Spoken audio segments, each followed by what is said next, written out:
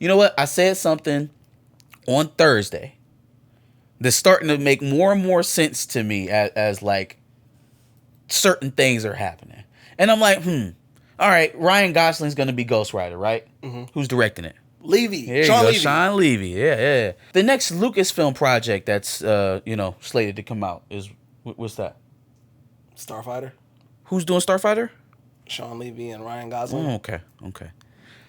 Hey, man, I think Levy is looking at the sparse leadership right now at Disney, and he's like, all right, I got this great relationship with Goss. He's obviously a box office guy, or at least a draw for studios. Studios like to hire Ryan Gosling. And he's my entrance into both of these studios.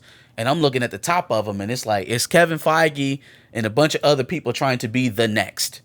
Trying to be the next Kathleen Kennedy. Trying to be the next Louis D'Esposito. The next, and all the heir apparents, your Victoria Alonso's, your Nate Moore's, have been scrapped because it's been shit, and to avoid the very top levels of that organization being, somebody gotta be a patsy here. So for Shawn Levy, this is like, all right, best case scenario, I have 2 insanely successful films in both studios. When Kevin Feige retires or moves on, maybe I can get in there for an interview. Maybe I can stake my claim here based off of that alone. Or at worst, one of the jobs at these 2 studios, be it Dave Filoni or Winterbaum, shits the bed, and then he's able to earn the opportunity there. But I can kind of see the idea of him waiting in the wings to see how all of this shapes out, because I'm not particularly impressed in what either studio is. Well, it's in different spots. I'm not really all that impressed in what's happening on Disney TV outside of X-Men 97. For Lucasfilm, it's clear, like, if you're not on screen, if you're not on the silver screen, then you're not really making the money you should be making with that franchise. So they both got their own problems. But, like, Levy just kind of sitting there like, all right, let me see who's going to fail first. My only problem with that is he's going to need to actually get a proven...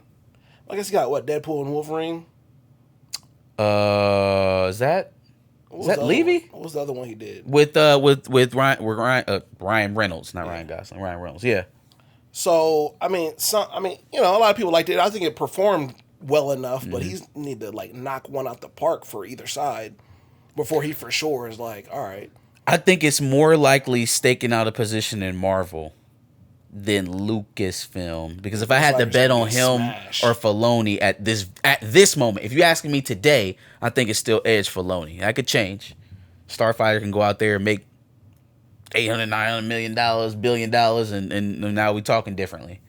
I don't think it'd make that if he got Ray in that thing. If the whole narrative is shaped around, putting forth Ray's new era as Obi-Wan Kenobi.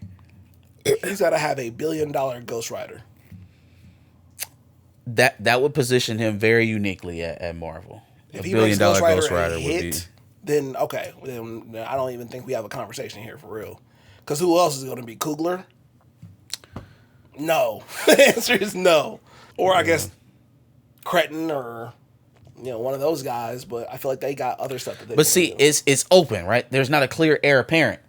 So that's why I say Shawn Levy is kind of positioning himself uniquely, because he's across both of the flagship titles of the studio. Yeah. Nobody else can say that they're playing in both playgrounds to that large of a degree. Yeah. So success for him nets advancement in some way. That makes sense. I see that. I guess it's just he needs to knock one out the park clearly. For sure. None of this happens without success. So that's kind of the precursor to it all.